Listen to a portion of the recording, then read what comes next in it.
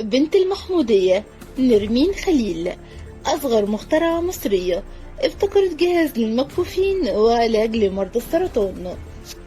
نرمين ناصر إبراهيم محمد خليل، 25 عاما، من محافظة البحيرة، مركز المحمودية سيد عقبة، حاصلة على بكالوريوس علوم كيمياء بترول وتعدين. اسمها الصدر على جوجل أصغر مخترعة مصرية. يلا بينا نعرف قصتها. بدأت قصة نرمين لما اتجاوزت كل التحديات وحققت حلمها رغم كل الصعوبات. اخترعت نرمين تطبيق سيلفي سهلة، وده بيعد إنجاز كبير، حيث وفرت تقنية حديثة لمساعدة المكفوفين على التقاط الصور باستخدام الصوت.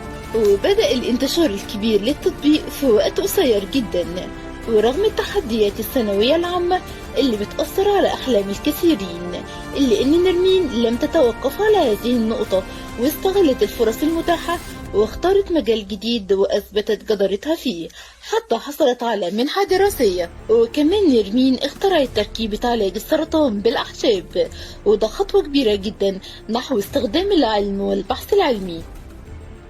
وتم تسجيل هذا الاختراع في أكاديمية البحث العلمي. نرمين بتشكر كل اللي دعمها ووقف معها، وبتوجه الشكر لوالدها عشان دعمها ووقف معها وساعدها في مجال البحث العلمي. نرمين بترفض السفر للخارج، وبتقول أنا عاوزة أخدم بلدي. نرمين تتمنى أن مصر تدعمها من رجال الأعمال والمسؤولين والسيدة انتصار السيسي وكل المهتمين بمجال البحث العلمي. نرمين بتوعدنا باختراعات أفضل وأفضل. وقصة نرمين تعلمنا أن كل شخص بيمر بصعوبات، ولكن الأهم الاستمرار وعدم الاستسلام واستغلال الفرص لتطوير الذات وتحقيق الأحلام.